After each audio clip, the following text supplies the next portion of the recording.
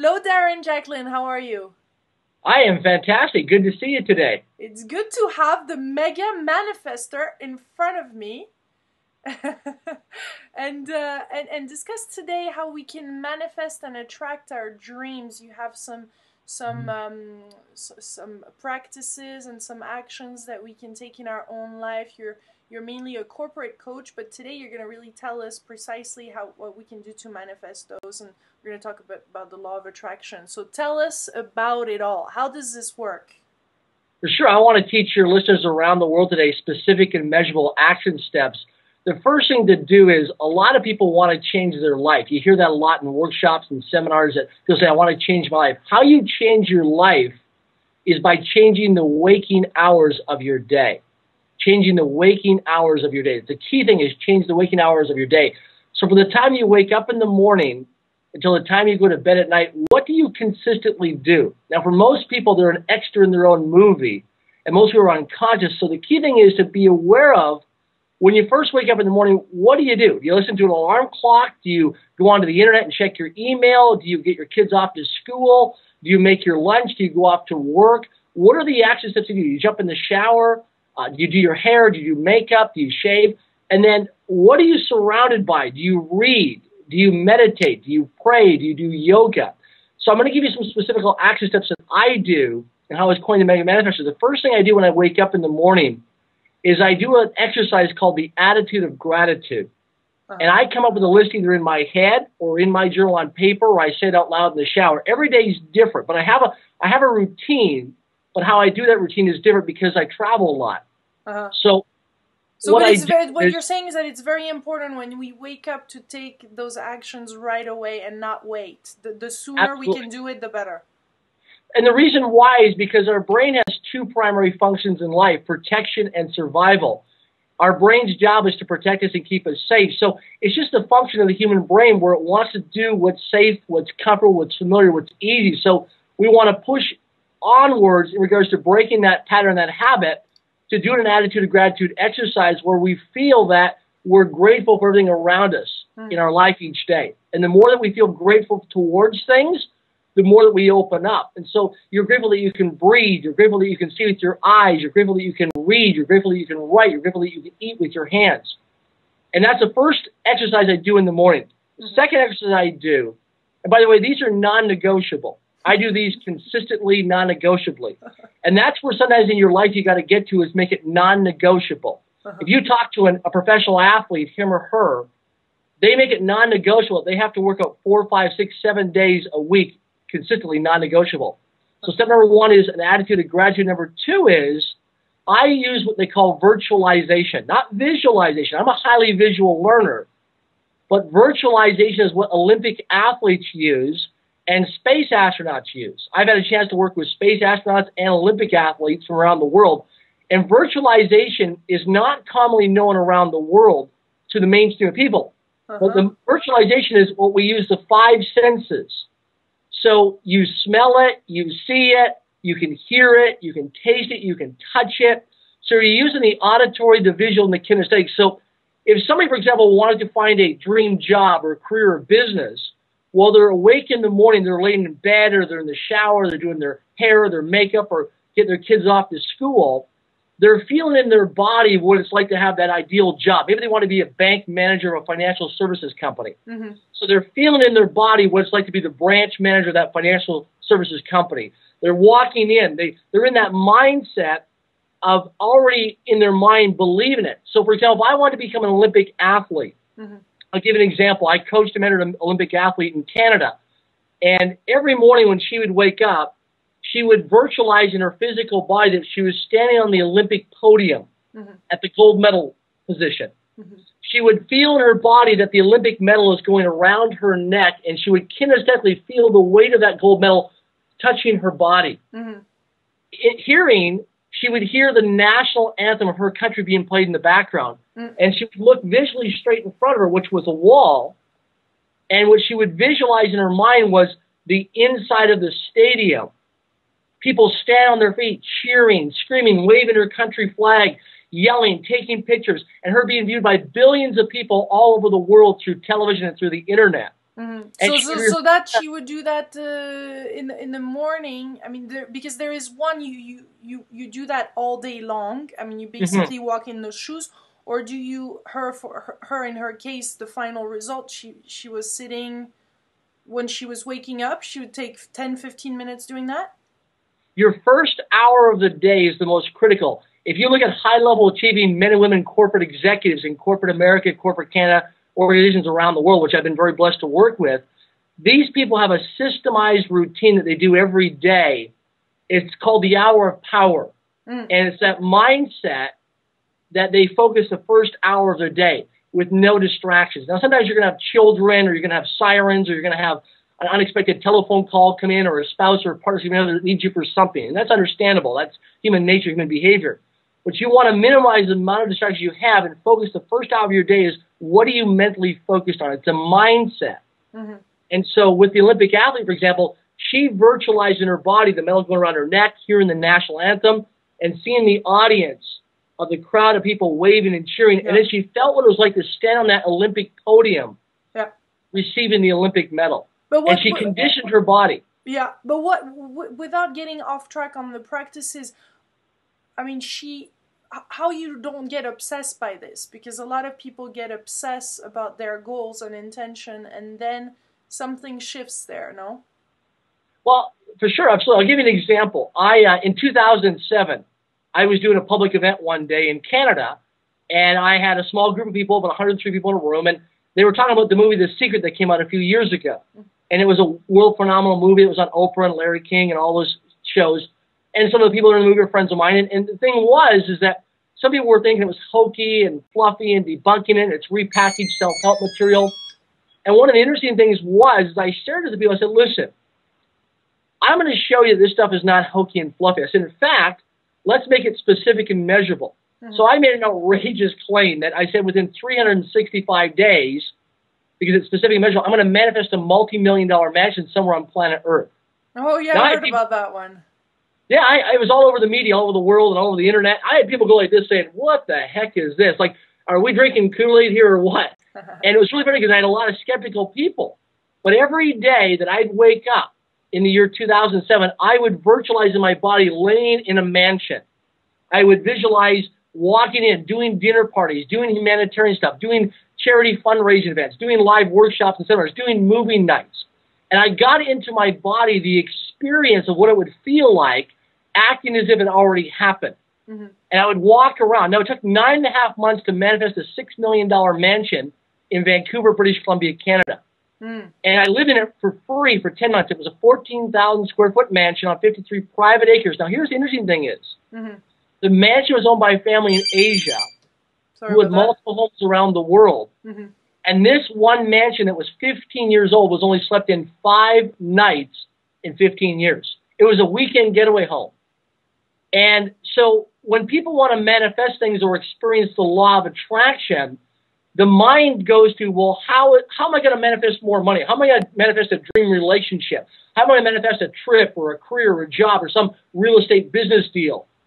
But the thing is, it's not about focusing on the how. All you got to do is follow the consistent daily disciplines. I'll give you another example. What I do every morning to manifest things is I make it non-negotiable that I must read a minimum of 10 pages a day of a good book. Because 10 pages a day is 1 book a month, which is 12 books a year. Because if you look at the New York Times best-selling books, the average book is between 200 to 300 pages. So if you just consistently read 10 pages a day, that's 1 book a month, that's 12 books a year. So let's say, for example, your listeners want to get into real estate investing, as an example. And they want to start buying foreclosed properties, or they want to get into real estate investment purposes for cash flow purposes, or whatever they want to do, financial independence, real estate. Yeah. If they went onto the internet or to their local bookstore and researched the top 12 best-selling books in the last 12 to 24 months, and they just wrote down the names and titles of those books and the authors of those books and just consistently read 10 pages a day, within 12 months they'll have read 12 best-selling books. Because how do you eat an elephant? One bite at a time. And what happens is, in our cultures, in our society today, we want what we call instant gratification. And what you want to do is actually work for what we call delayed gratification. What I mean by that is, delayed gratification is that you want it right now. You want that dream job. You want the money. You want the relationship. But you've got to allow it time like a farmer allows his or her field of the crops to nurture. Now, here's another important principle and tip. When you're setting the mindset and you're virtualizing your body and you're setting the intention, what happens is what we call invisible results. And the invisible results compounded over time eventually become visible results. But because we have an impatient culture in society where we flick on the light switch and we see the light come on, or we turn on our laptop or desktop computer, it powers up right now or powers down, we want the instant gratification. We've got to be patient within ourselves and allow ourselves to trust the process, trust the process, that the invisible results will become visible results. I just knew intuitively that if I consistently did the action steps, that sometime down the road, I would manifest a multi-million-dollar mansion somewhere on planet Earth. I didn't know how it was going to happen. I didn't know I was going to win the lottery or get a windfall of an inheritance or do some kind of joint venture business deal that will pay me a lot of money or sign some kind of contract. I had no idea. All I did was did the action steps consistently. Now, there will be days that you'll wake up and you'll be tired, you'll be distracted, you won't be inspired or motivated, and you won't feel like doing the action steps. And that's why you have to have a coach or a mentor or a partner, someone who's not emotionally attached to you to help you. But you've got to push yourself and really make it non-negotiable. You've got to expect and demand more of yourself than anybody else can demand and expect of you. And in the early 2 or 3 or 4 weeks, it's uncomfortable doing this. But you do the uncomfortable until it becomes comfortable. Yeah, because I have a bit of a challenge with the word push, because part of who we are and all this, allowing this is in there is that we're all vibrationally, I mean, we vibrate at the same level than what we want to attract. So if we push, it seems like there is this obsession or this push that blocks this energy to just allow it to manifest itself in this reality. So, you know, you're very strong when you talk about, you know, you're very powerful, you're very animated, you're very strong when you talk about it. So, you know, but where shall we be that passionate about making it happen, or that's going to hold it back? Well, you want to be passionate about, but you've also got to take massive, consistent action. And that's the key thing, is that knowledge is not power. We're taught in colleges and universities and public and private education that knowledge is power. That's not true. Knowledge is only potential power. What gives you and I true power is taking consistent action. And so what happens is people will go to a seminar, or go to a workshop, or read a book, and they'll apply the principles or strategies for a couple days or a couple weeks, and they drop off, and they go get a different seminar, different workshop, different book. What you want to do is you want to follow the fundamental principles. Like if you study Olympic athletes, or study a high-level, study a billionaire or a multi-millionaire, if you want to learn more about money, right? Then you watch what they do, because success leaves clues. I have friends of mine that are billionaires, and I'm around them because proximity is power. And I observe what they do on an ongoing basis during the waking hours of their day. And here's the key thing, is how you change your life is how you change the waking hours of your day. And so what are you doing hour by hour? What are you thinking? What are you feeling? Who are you interacting with? What are you learning? What are you doing? And that's the key thing when you study high-level achieving men and women. They do things a little bit differently than the average person does, but compounded over time, the results are much greater. So you're saying that if we do those action and wake up like this and really focus on doing that, then our doubts, our low self-esteem belief will just melt away. Well, you'll still have fear, because the definition of fear is anticipation of pain. And if we look at it as fear, past, present, or future, it's actually future. It lives in our mind. Worry is just a negative thinking about future possibilities. That's what worry is. It's negative thinking about future possibilities. You're still going to have that creep into your mind, just like in a garden you have weeds that grow, and you've got to tend to the garden and get rid of the weeds. Just like in a company, you're going to have toxic or negative people that come in, or a negative client or customer from time to time, but you've got to manage that. Just like you've got to manage your mindset on a consistent basis. Olympic athletes or high-level achieving athletes still, from time to time, will still have fear and doubt and worry. If you watch them on television before they go run the race or jump in the pool or jump off the diving board, you see them going through the mental rehearsing of that. Same thing with professional hockey players or footballers, soccer players. They still have that fear, doubt, or worry, but they get their mind and their body into a state of focus and concentration. Another big thing is your environment.